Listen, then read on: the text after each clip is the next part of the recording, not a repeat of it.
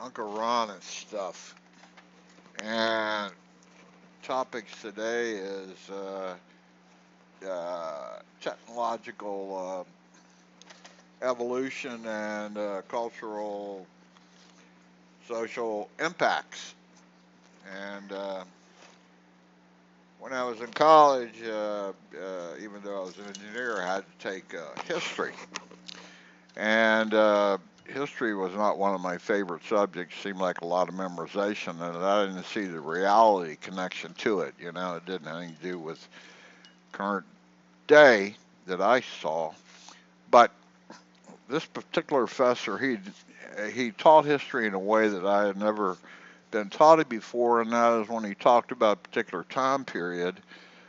No matter where it was in the world, he would bring in all these sort of aspects that this was going on because railroads were coming in, or this was happening because of immigration or some other aspect. All the aspects related to the time period, not just the war or politics or whatever.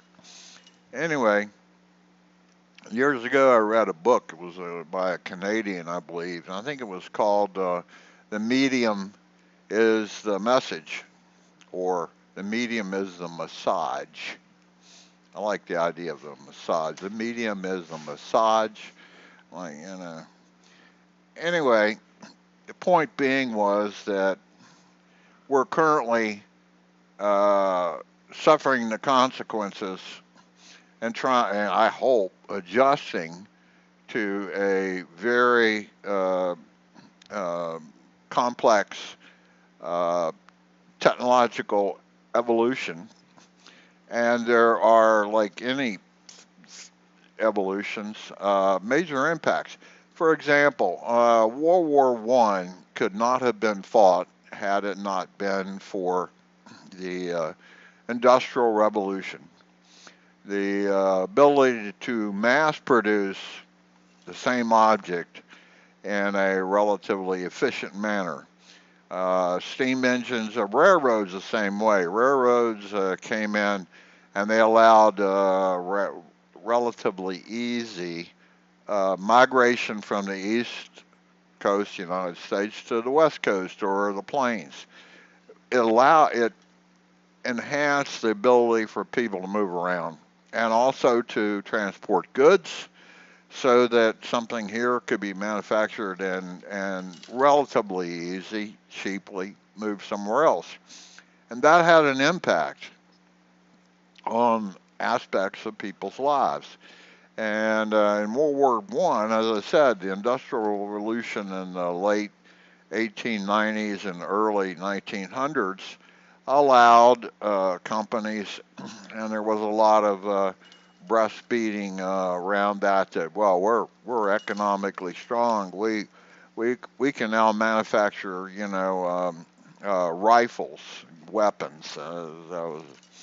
We can manufacture those, not like down to the individual's got to, everything has to be made by an expert, um, one at a time. And that's the way it was, for a long, long, long, long, long, long time. You went to the blacksmith and he made horseshoes.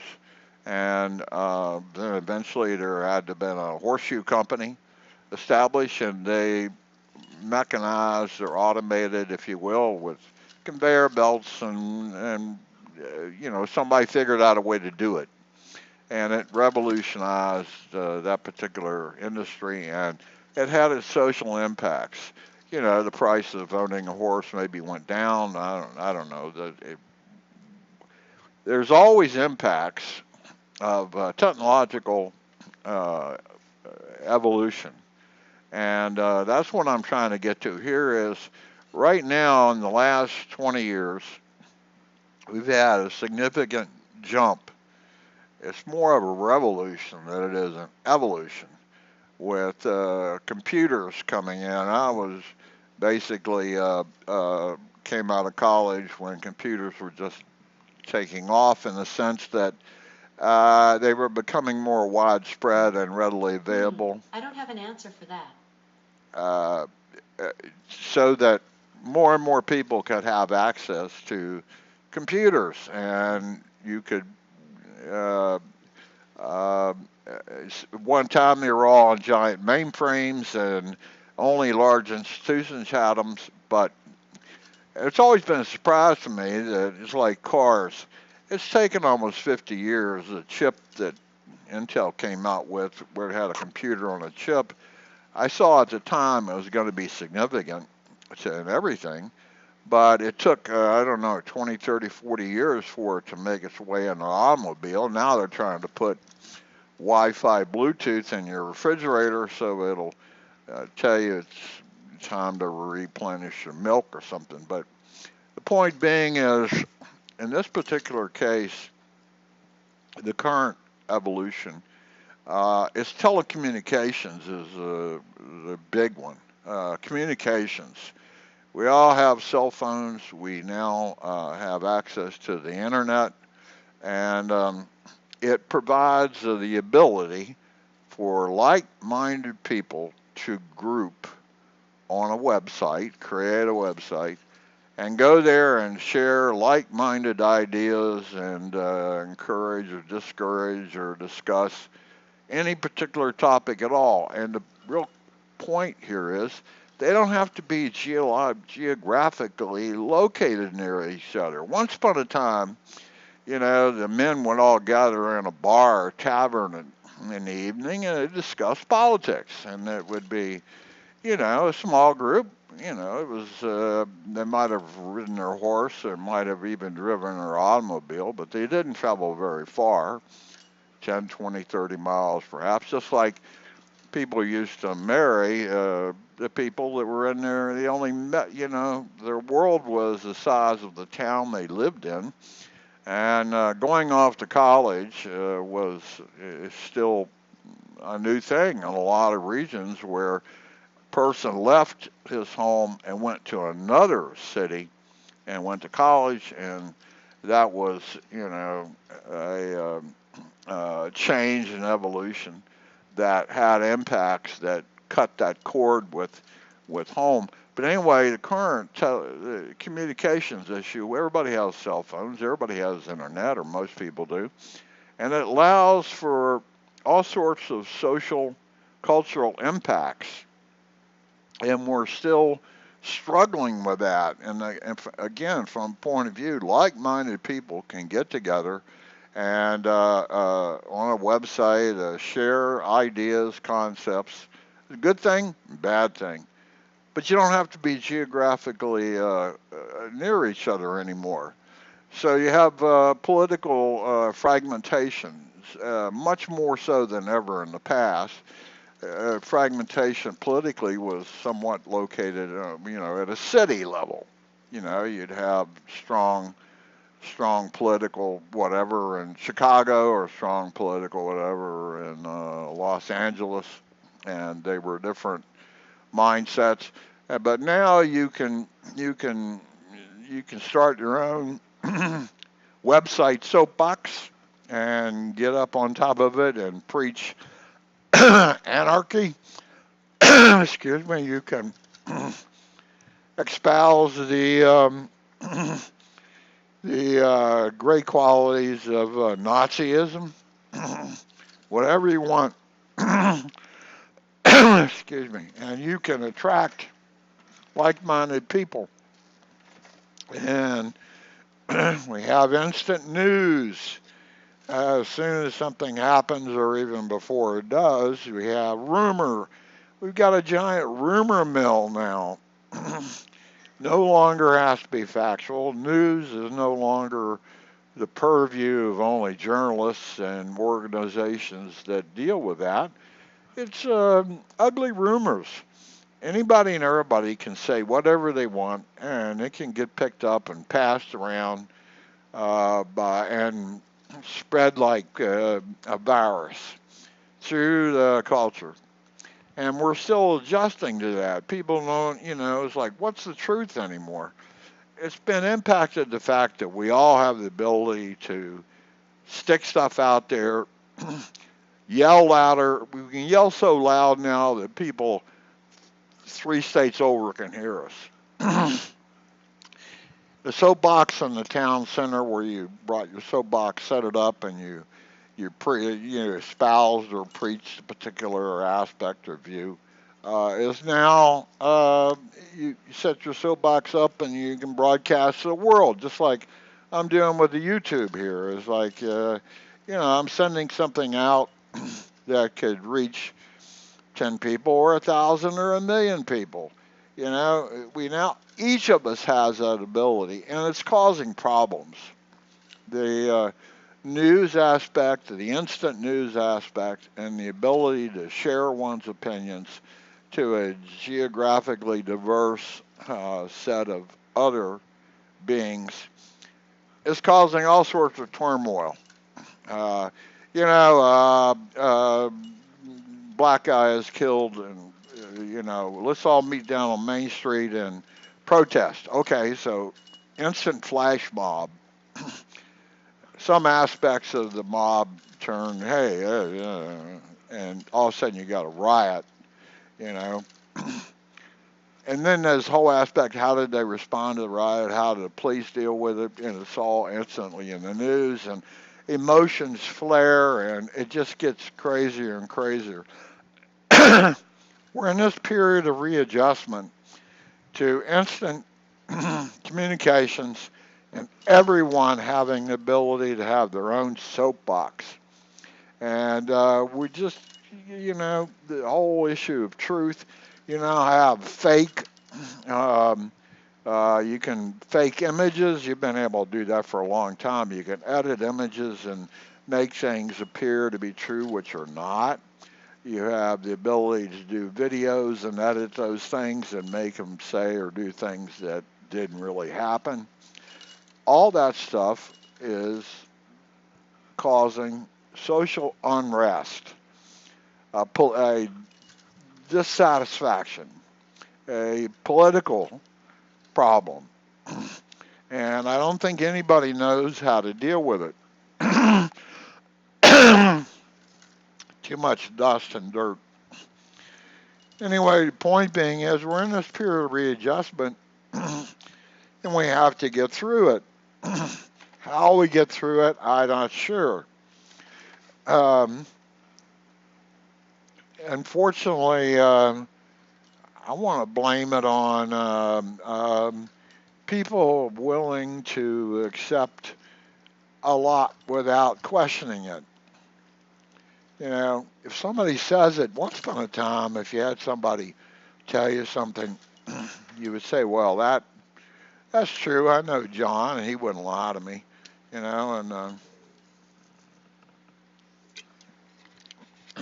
but now, well, you used to have faith in the news media.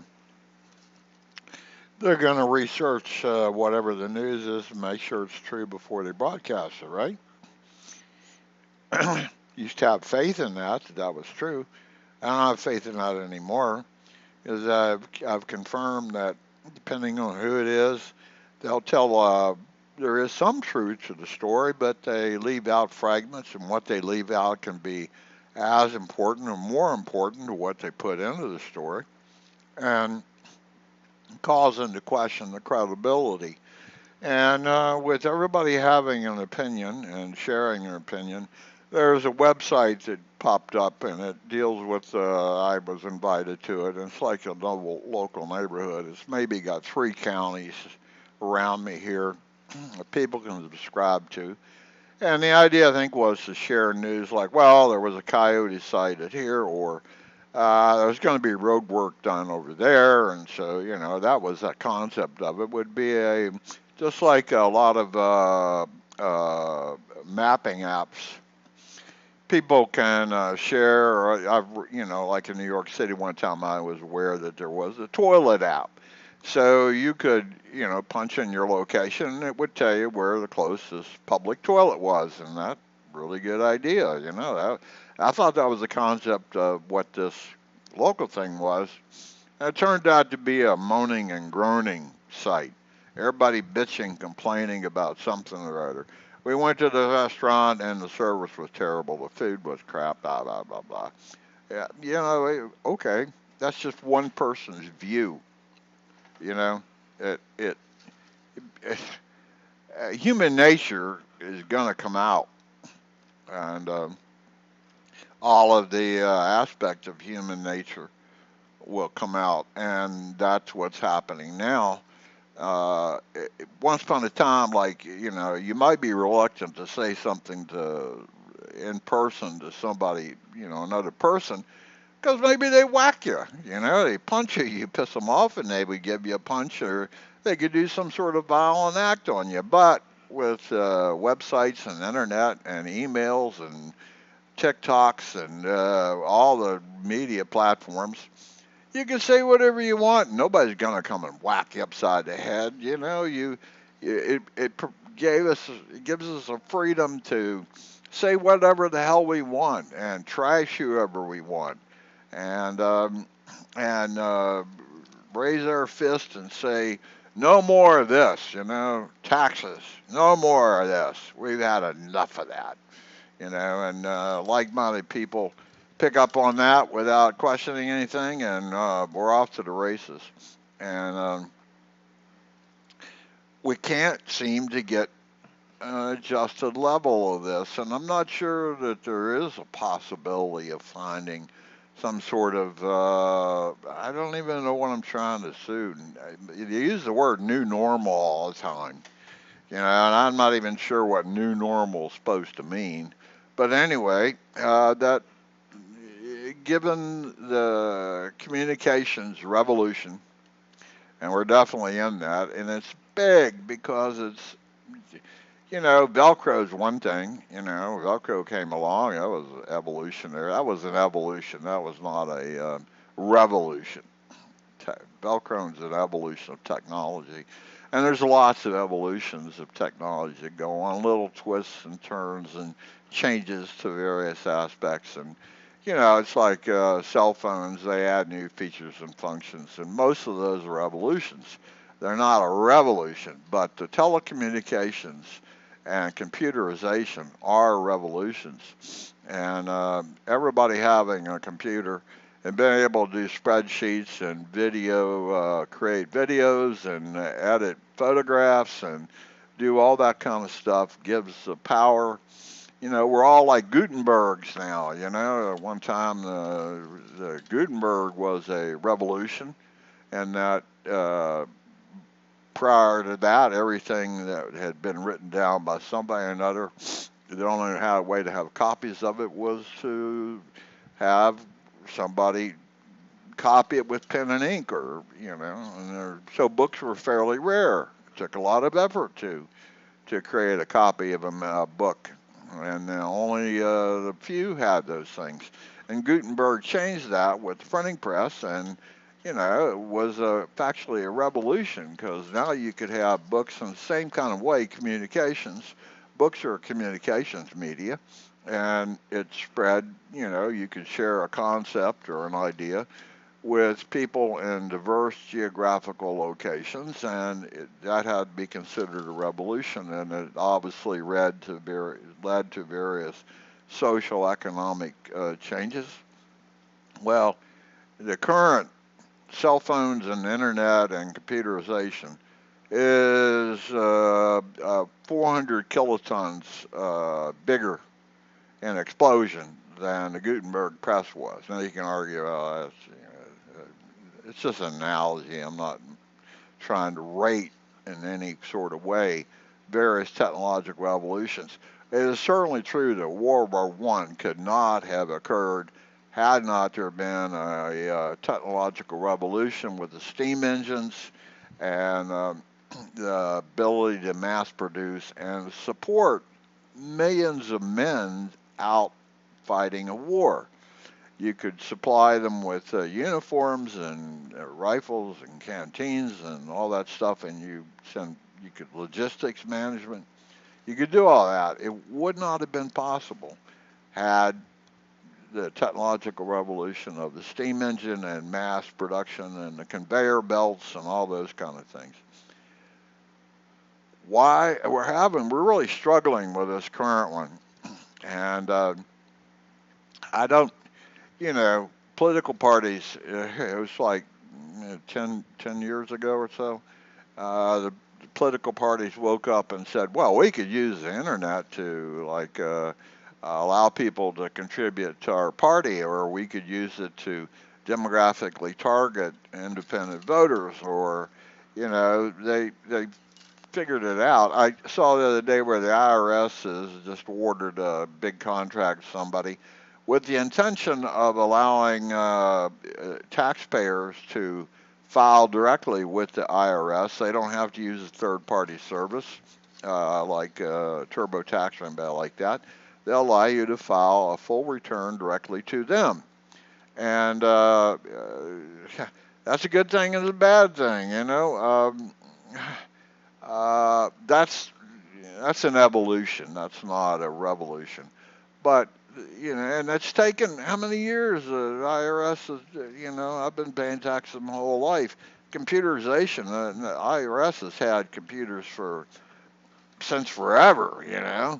But they're finally getting around to say, well, we'll have a user interface. That's based. Sorry, I didn't catch that. That's Can you based. repeat your question? That's based on the concept that there are enough people who know enough about taxes that they would file their own directly. I don't think that's true. Complexes is so uh, complex, most people don't even deal with it anymore. Maybe that's the path they're going, and they'll eventually just say, well, we'll just tax everybody the same, and you send a postcard, here's how much you owe. But the point being is that even large institutions have been, and they're always slow in adopting anything. The churches, it's interesting. They now you can pay your tithing, if you will, monthly electronic to them. So they've adopted the technology that, but they were slow in doing so. All the ability to do these things has been around for a long time. I mean, 10, 20, 30 years in some sense.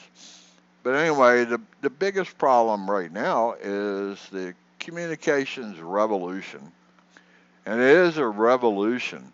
It's giving power to the people, power for them to convey, express, motivate. You have people on YouTube and other sources that are called influencers, and they have a following, and whatever they say, people like it, and they agree with it, and they follow them, and they do what someone tells them to do. And that's part of human aspect. I've never really talked about it in detail, but I have found in my experience that it's unfortunate. I always thought everybody wanted to be free in a sense and make their own decisions and decide how they spend their own time, and therefore be responsible for whatever the consequences of their actions are. But I don't think that's true. I don't think the majority of people want that. They just want to be told what to do, and they're fine with that.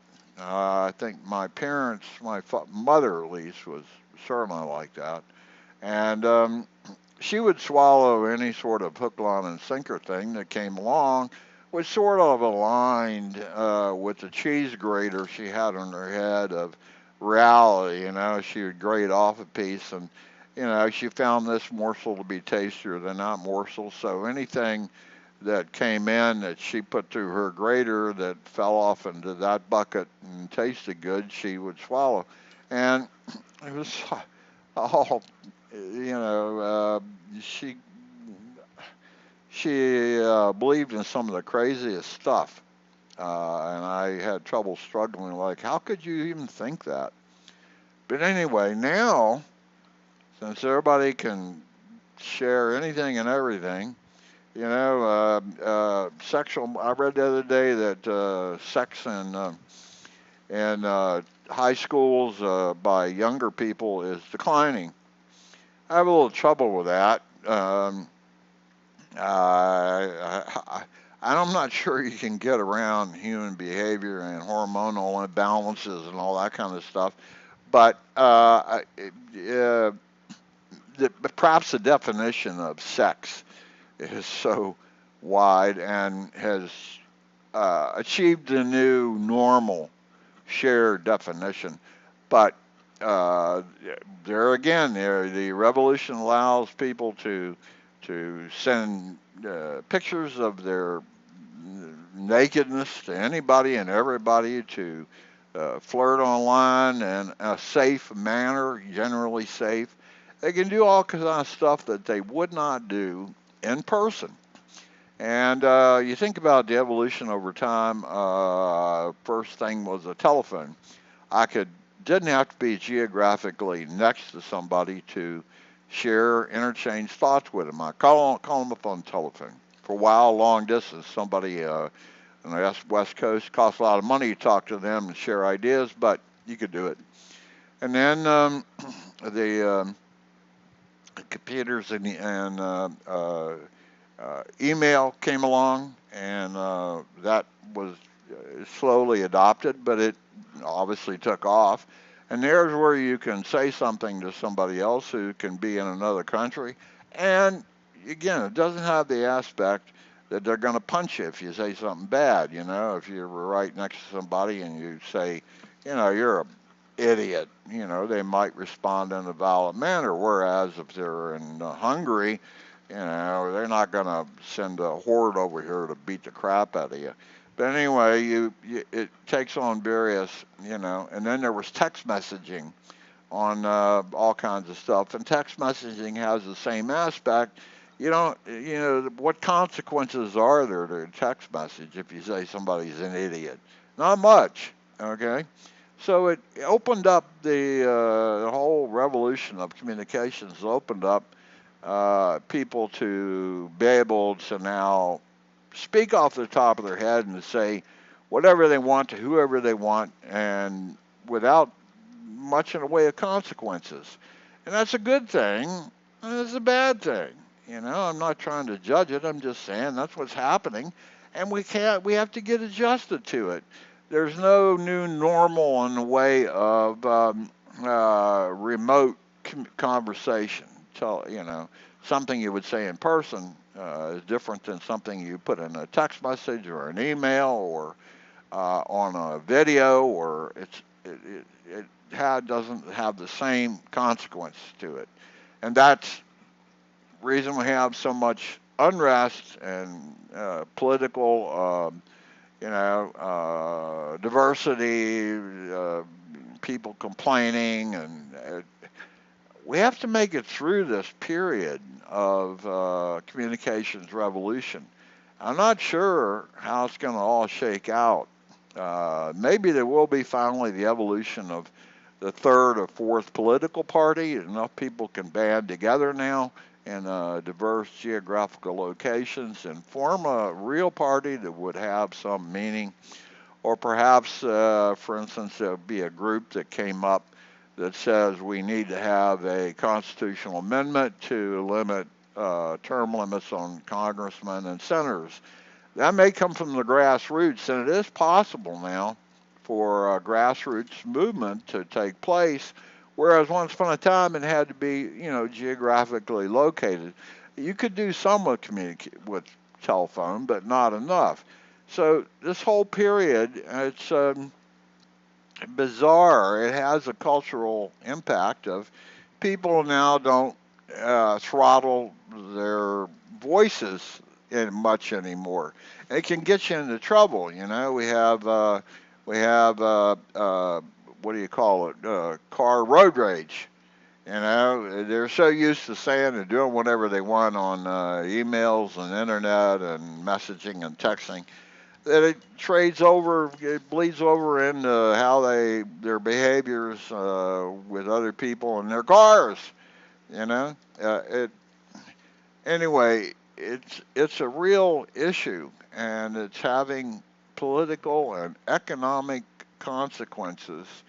And I don't know an answer to it. I'm just aware of it, and I'm trying to share an awareness that it is impacting things. And maybe out of it all is you use the medias of all kinds.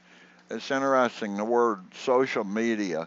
I don't know when that phrase was coined, but not that long ago. And so now we have all these social media platforms. Okay, you should be aware that this is full of a lot of opinions.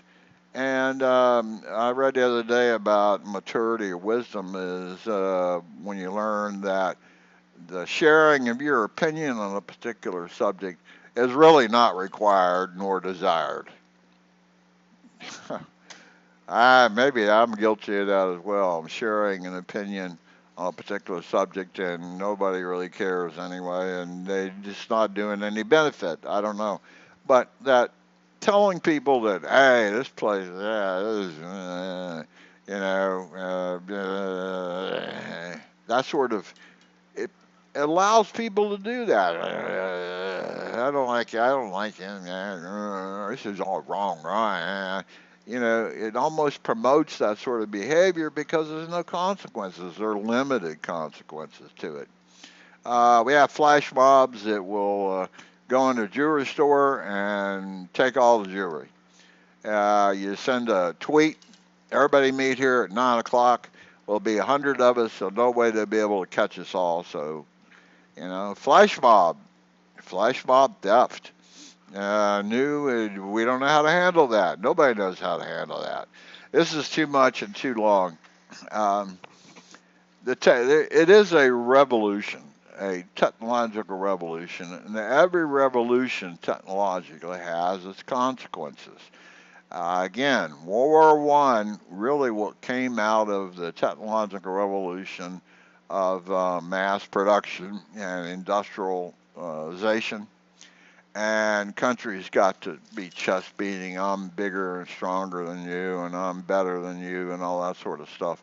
And the same sort of human nature is exhibiting itself now in all the social platforms. And the word bullying, I don't even remember that word in my childhood, to be honest with you. We had bullies, but I don't think there was a word for it. I wasn't aware that it was a social construct that I had to be on the alert for. And no one chided anybody. That behavior is bullying. That's a new concept, and that's a good thing. I mean, okay, somebody has labeled it, and now we're aware of it, and that's a good thing. It came about because of the communications revolution, and there's good at like any technology it can be used for good or bad. I mean, splitting the atom has given us nuclear energy. You know, it's got its problems, but it's relatively clean in one sense. On the other hand, it gave us a nuclear weapon. So all technology, it has a plus and a minus side to it. In the case of the communications revolution, there are a lot of pluses. Companies are able to communicate with each other and much greater ability to share data and make correct decisions or that sort of thing.